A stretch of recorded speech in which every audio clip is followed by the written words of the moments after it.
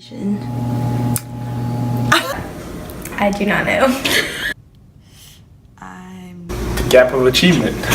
I'd say it's the difference between students who are inherently in a better school system and have more access to technology and other academic resources that set them up for success versus students who are in a lower income group and are part of a school system where there's a lack of resources and things that will help them to become good, better students. So the achievement gap typically refers to the difference in performance between certain student groups, usually based on standardized test scores or something like graduation rates.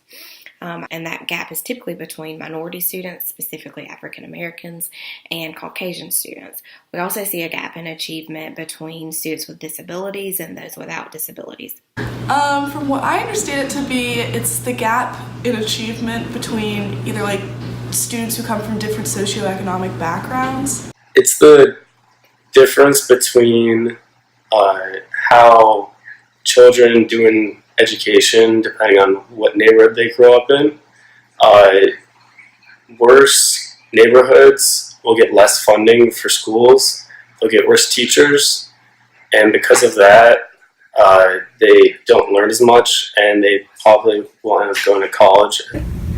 I think of the achievement gap as being something that either actually exists or something that we kind of imagine to exist just because of the way we categorize kids. But it could be between males and females, could be between different races, but a lot of it I think it's as much our expectations.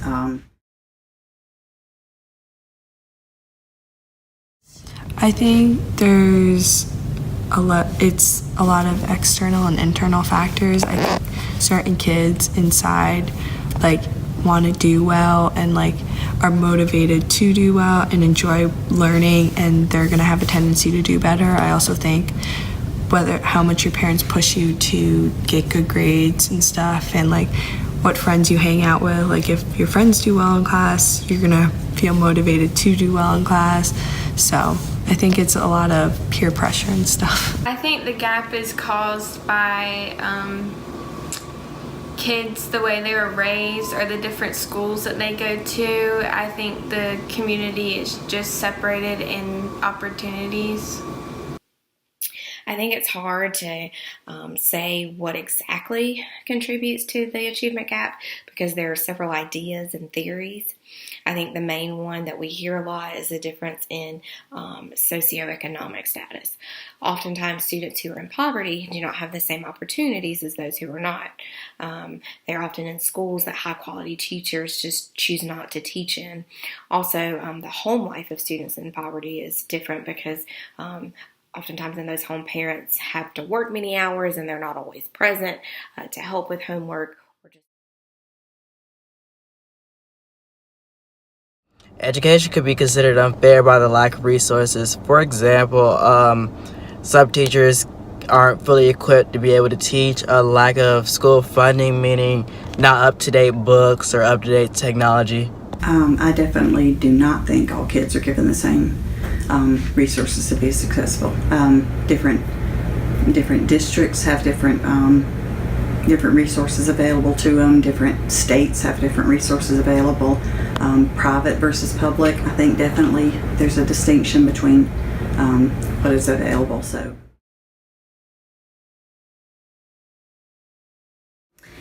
Yes, I have. I went to a public high school and I feel like I was not prepared for college at all. I feel like my education wasn't taken seriously versus my friends that I know that went to like other private schools that were prepared and their education was taken more seriously because they paid for a better education.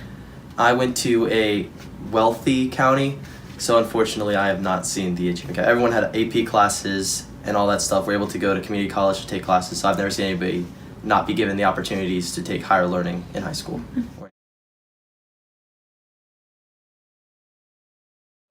I really think if, starting very early on, if we can try to equalize the opportunities. So many of those, some of them are financially based, but I think, if we can try to find the opportunities that are less based on money. But I think if we can just provide kids with more opportunities, I think that will help reduce a lot of the disparities, because every kid should be provided with the opportunity for an education.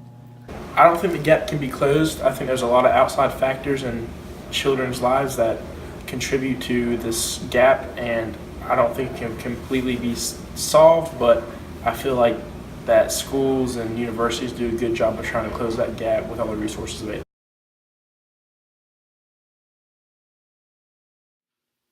In terms of whose job it is to close the gap, I think that job belongs to everyone. I'm a firm believer in the fact that it takes a village to raise a child to become a successful adult. So in order to truly close the gap, it is all of us coming together, parents, community members, teachers. It's up to the entire village to close the achievement gap. I'm not sure if it's necessarily one person's job or one entity's job to close the gap. I think it's something that would have to be definitely high up. I think maybe even whether it's legislature or something else, but I think there are a lot of things that would have to happen in the big picture to start closing the gap within individual states and districts and everything else. I don't know that it can be done unless it's a real overhaul of the whole educational system.